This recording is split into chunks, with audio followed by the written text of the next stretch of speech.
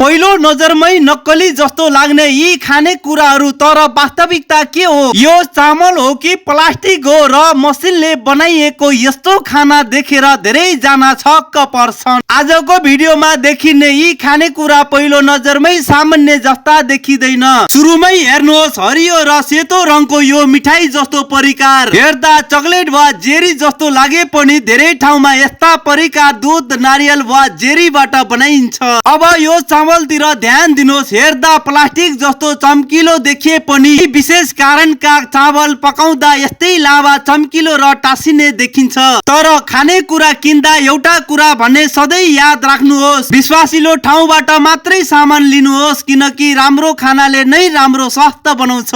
यी मध्ये तपाईलाई सबैभन्दा अचम्म लागेको कुरा कुन लाग्यो? हरियो परिकार, चम्किलो चामल कि मसिनले बनाएको ठुलो ब्रेड? आफ्नो विचार कमेन्टमा लेख्न नबिर्सिनुहोस्। धन्यवाद।